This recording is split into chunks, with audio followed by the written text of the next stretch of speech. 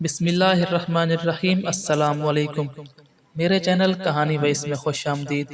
دوستو، آج آپ کے لیے انتہائی سچی اور دلچسپ کہانی لے کر حاضر ہوا ہوں، لیکن کہانی شروع کرنے سے پہلے آپ سے ریکویسٹ ہے کہ اگر آپ میرے چینل پر نئے ہیں تو اسے سبسکرائب کیجئے تاکہ آپ کو میری ویڈیو سب سے پہلے ملے۔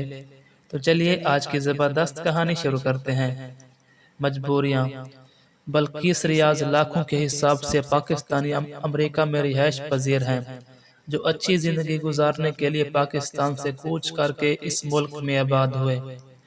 اچھی زندگی سے مراد روپے پیسے لیجئے وہ تو انہیں مل جاتا ہے، مگر طرح طرح کے مسائل سے دو چار ہونا پڑتا ہے۔ امریکہ کے جس گھر میں ٹھہری ہوئی تھی، وہاں پر ایک ملازمہ جو پاکستانی تھی، اس نے رو رو کر اپنی داستان سنائی کہ کیسے امریکہ میں بہتر روزگار کے لیے اپنے شوہر کے ساتھ آئی تھی۔ ہر دکھ سکھ میں اس کا ساتھ دیا، اتنی محنت کی کہ دونوں نے مل کر کھانے پینے کا اشیاء کا سٹور کھول دیا۔ دیکھتے ہی دیکھے اس کے دن بھر گئے، حالات اتنے اچھے ہو گئے کہ بیوی نے سٹور میں جانا بند کر دیا اور گھر داری میں مصروف ہو گئی۔ لڑکے جو کہ جوان ہونے کے تھے، اچھے سکول میں پڑھ رہے تھے کہ اچانک میاں کو سوجھی کہ اس نے دوسری شادی کر لی، لیکن بیوی کو اس بات کی خبر تک نہ ہوئی، یہاں تک کہ اسے طلاق بھی دے دی۔ ایک روز اس کے بیٹے نے ماں سے کہا، امی آپ کو معلوم ہے کہ ڈیڈی نے دوسری شادی کر لی ہے اور آپ کو طلاق دے دی ہے۔ یہ سن کر اس خاتون کے ہوش جاتے رہے۔ جانچ پڑتال کی تو واقعی اس کے شوہر نے اسے طلاق دے دی تھی۔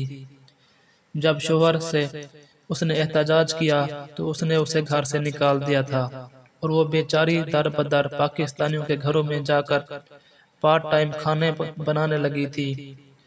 اس خاتون کو میں نے اپنی میزبان کے گھر میں دیکھا تو وہ شکل و صورت سے بالکل بھی ملازمہ دکھائی نہیں دے رہی تھی۔ اتنی مہذب کہ جی نہیں چاہتا تھا کہ اس سے کوئی کام لیا جائے، مگر اس بیچارے کی روزگاری کا مسئلہ تھا۔ میرا جی کٹ کر رہ گیا تھا۔ میں نے اس سے پوچھا، جب اس نے دوسری شادی کی تھی تو ہمیں یہاں کی انتظامیہ سے مدد لینی چاہیے تھی، یہاں کے قانون کے مطابق آدھا حصہ ہمیں جانا چاہیے تھا۔ وہ آنکھوں میں آنسو بھرتے ہوئے گویا ہوئی، اس شخص نے اتنی مہلت ہی نہیں دی کہ میں یہاں کی انتظامیہ کو بتا سکتی۔ بے یار مددگار بچوں سمیت الگ پاکستان میں کے گھر میں پناہ لینے پر مجبور ہوں۔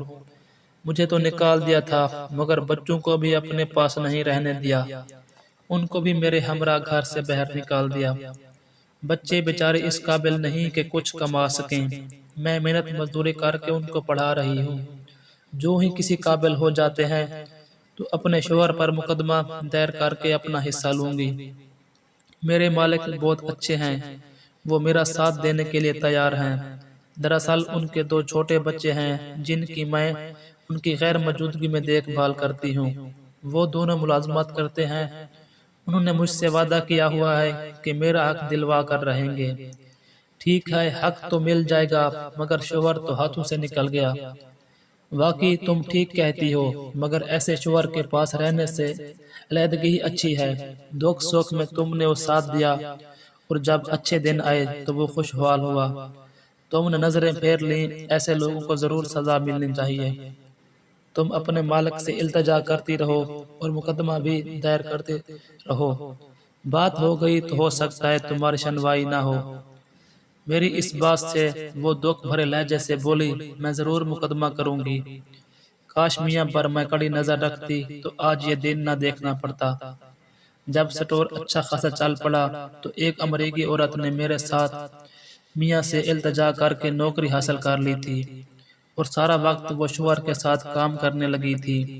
نہ جانے اس نے انہوں نے چھپ کیسے شادی کر لی کہ مجھے کان خبر نہ ہوئی۔